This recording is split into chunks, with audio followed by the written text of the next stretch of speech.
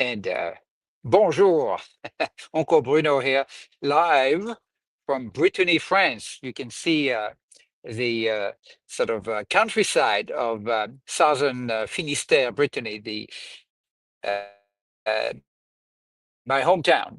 And I'm here with my compadre Darko, who's based in Montenegro, and he's the expert. I'm the guy who asks the naive questions. Darko, welcome to the podcast. Thank you so much for a fantastic intro, Bruno, and amazing as always to discuss AI and biostats etc with you, and really amazing to to see the background, beautiful forests. Can you tell me where that Sure, is? sure. And it's a little village called Plomelin, not far from Quimper, which is my hometown, in the south of Finistère, which is part of Brittany, France. And this is where I grew up. And Brittany is interesting for mathematics and AI for many reasons. One of them being that the has nothing to do with random forest, which is what we're going to talk about. You're going to educate me on random forest. But before that, there's another mathematical concept that comes from Brittany. Do you know what it is? Perhaps, but I'd really like to hear from you. I'm not sure. It's fractal mathematics, fractal math. Why? Because the coast of Brittany is known to be so intricate, so rocky, that even if you zoom in, it continues to be even more intricate. So it's essentially nearly infinite. The more you get closer and closer, like a fractal picture. So when people explain fractal theory or fractal mathematics, sometimes they use a picture of Brittany or cauliflower, but I like Brittany more than I like cauliflower. So anyway, that's another part of Brittany. But let's move to um, random forest. I like randomness and I like forest, but I don't understand how random forest work. I also like, by the way, back from my crypto days, DAGs. Now, some of you listening who are more technical know what a DAG is, directed asynchronous graph. So it's a tree. So essentially a tree goes in one direction. It doesn't loop. The branch don't loop normally onto themselves. And that so a tree is a DAG. And tree, decision tree, random forest, that's our topic today. So I'm gonna let you explain to me, like if I'm 59, which I'm just turned actually a week ago, what a random forest is and how it could help and apply in the world of cancer data. Could be a second topic.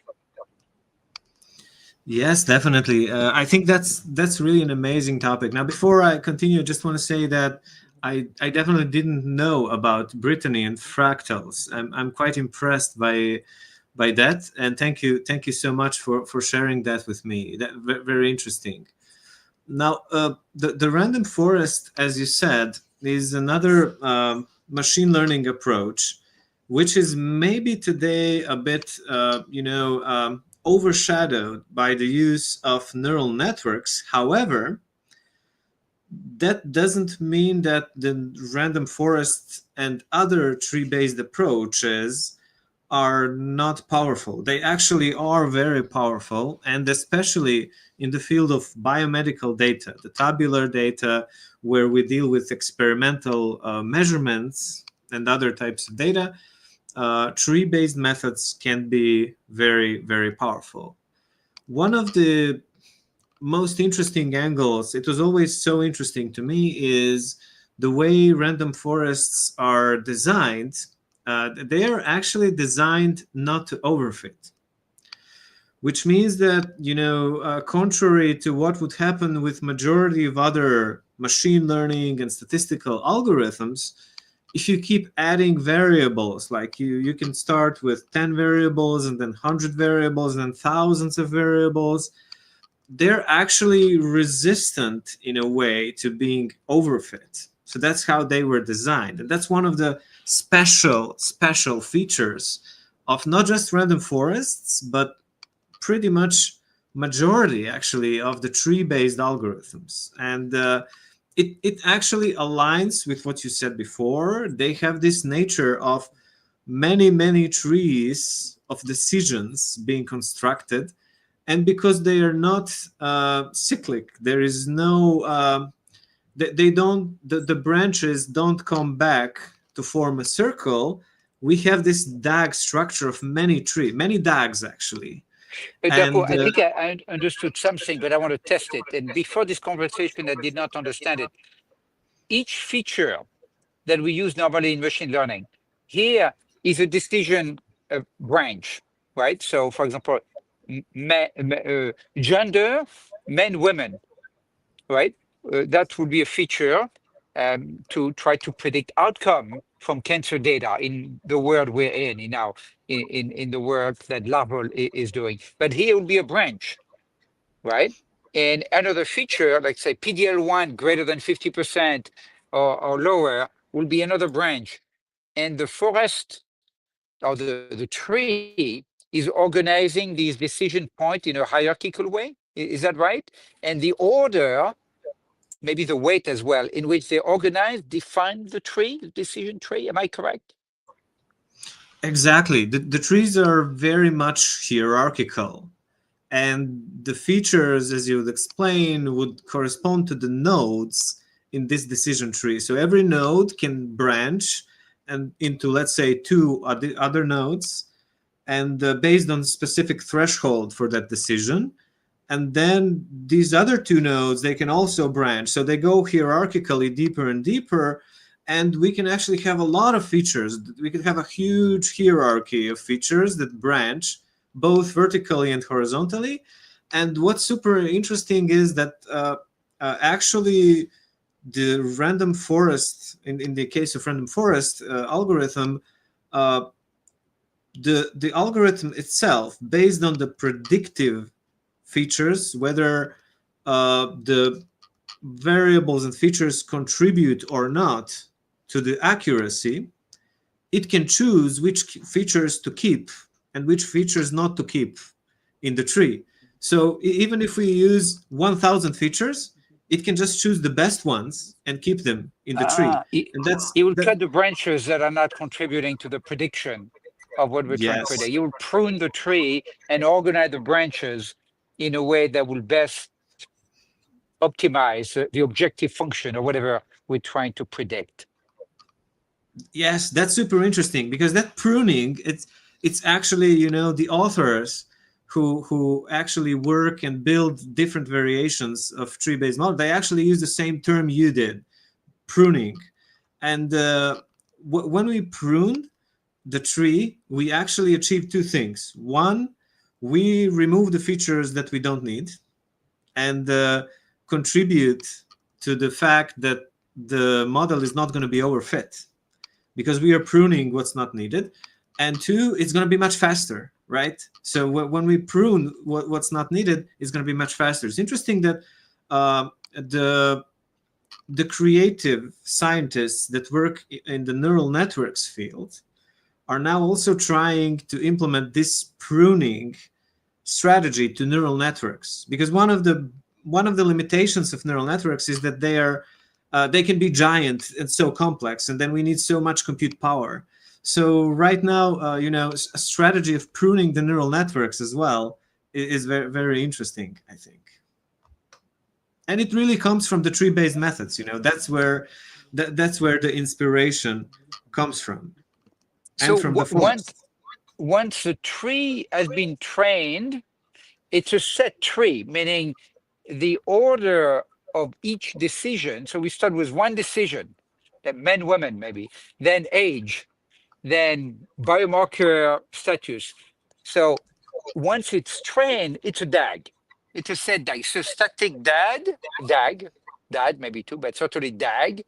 It's been trained, it's been set, it's been hierarchically ordered. And is there weights involved, or is it just a DAG essentially at the end of the day once it's been set? Yeah, it's actually a DAG, but a very, actually a forest of smaller DAGs. We could say that each tree is a DAG, but then if we have a forest of these DAGs, we have so many of them, and that also is interesting. Exactly as you explained, if we have many of these DAGs which are hierarchically organized, uh, we can actually use that forest to make high-level decisions. What this means is that uh, each tree can have a vote. So we can have, let's say, 1,000 trees, and they can have a voting, and the majority voting will win, right? So the final prediction will come when the majority of trees agree on something, and that's another very interesting feature, and another, maybe it has other connotation, but it's very interesting. We have decisions, we have voting, and we have DAGs and trees. So it's definitely one of the most inspiring algorithms So that I did came. not understand something. And let me ask for clarity. By the way, you said 2003. You know which company I thought about? Amgen, which is in Southern Oaks. Oh, Right? Thousand So Oaks. Southern Oaks, California. So anyway, so I'm sure they think about that when they apply random forest. So I did not fully understand something. I started to understand that the tree, it's a DAG, and when you train that tree, you organize that DAG, that directed acyclic tree graph, and and that DAG can make a decision between by navigating all of these bifurcation. I understand that, but now it's a forest. It's not one tree; it's 1,000 tree. So what I don't understand is, so which tree do you use to make a decision? Let's say you're trying to predict response to a drug, okay, uh, and response to immunotherapy, and you train your random forest to predict the response. And you have all kind of criteria. Why wouldn't it be one tree? Why do you need a forest? And if it's a forest, are they competing, each tree competing with each other, or you climb one tree and jump on the other and one win, or how does it work? Well, we could say that they are actually working together, right, as an ensemble. And this kind of a method is actually called the ensemble method. So they work together. And going back to the example that you asked for, is how do we make a decision, right? What will be the treatment effect prediction, for example, for a specific drug in oncology? So what we can do is that we can take those 1,000 trees and then ask all of them, what do they think? What is their prediction? And then if 600 or 700 trees tell us the same thing, we can take that majority vote. So we take a lot of these trees because majority of those predictions, majority voting principle, will always generally, maybe there are some exceptions, but generally that majority principle of using many trees will give us a more accurate and more generalizable prediction. So that's super interesting. When we use a random forest or XGBoost or light GBM, cat boost or any other similar algorithm, we're actually asking many smaller models to work together and vote to give us the final prediction. All of these are ensemble approaches in the world of Yes, ML. Is that right? yes, Okay. Yeah. yes, all of them. Yes. But XGBoost and CatBoost are not tree based, correct? Or are they also graph based, tree based, decision tree based? They're actually very similar. They also have the tree structure. However, they have other segments of the algorithm. Uh, the boosting of the gradient, for example, is added to what we have in the random forests, so that we can have more effective predictions. And Yeah. I'd say those algorithms are so underrated, and innovating in the field of Yeah. tree-based models is super interesting. I Tree I tree completely based. changed my mind on them. Yeah, finish your point. Then I'll tell you why. But No, yes, no, sorry, they're sorry. underrated. Please go ahead. I agree. Well, I was about to say, initially, you might know that I was telling our AI team at LARVOL, I don't want to hear about XGBoost. Do it on your own time. Not interested. I don't want to hear about random forest. That's old stuff. That ML. I'm interested in the new stuff. I'm interested in neural net, right? And then I realized over the last few months that that wasn't right for us because first in our field we have much less data, and we're not going to train or build our own generative model. Also, we don't want to be that creative to be generative per se, and we have structured data. So the whole generative word, the word LLM, the is not for data. That's for, so even if it's less we're in, I now think that it's really what's right for many, many applications, including our application in structured cancer data. I think you're right because, especially in oncology, uh, where reliability, reproducibility, and the data itself also comes from experiments, right? It's experimental data. So when you take all these things into account, you actually don't want to be too much generative, because generative has caveats that come along, like inaccuracies or hallucinations.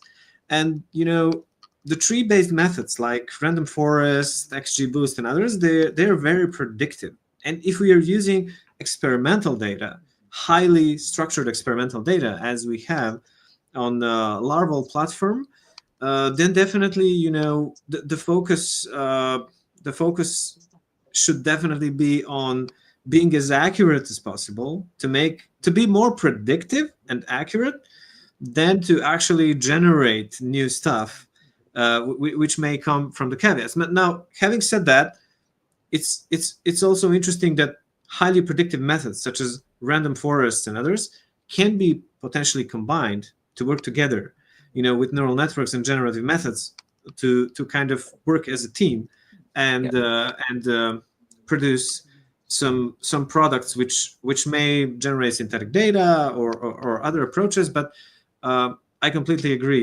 For Yeah. the predictive use case, generative may not always Yeah. be a perfect angle.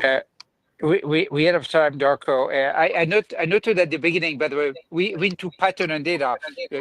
You're dressed in black. There's a black cat behind you. Your name in Darko, and you're in Montenegro. That's a pattern, right? I love these. I love these. That's beautiful. And I'm here in the forest in Brittany. So I enjoyed it very much, and we'll see you next week. I will be in Berlin at ESMO AI, and perhaps at Shahir, hi Shahir, our producer will organize so that we can do it from the floor at the ESMO AI conference. In the meantime, au revoir, or as we say in Brittany, kenavo. Au revoir.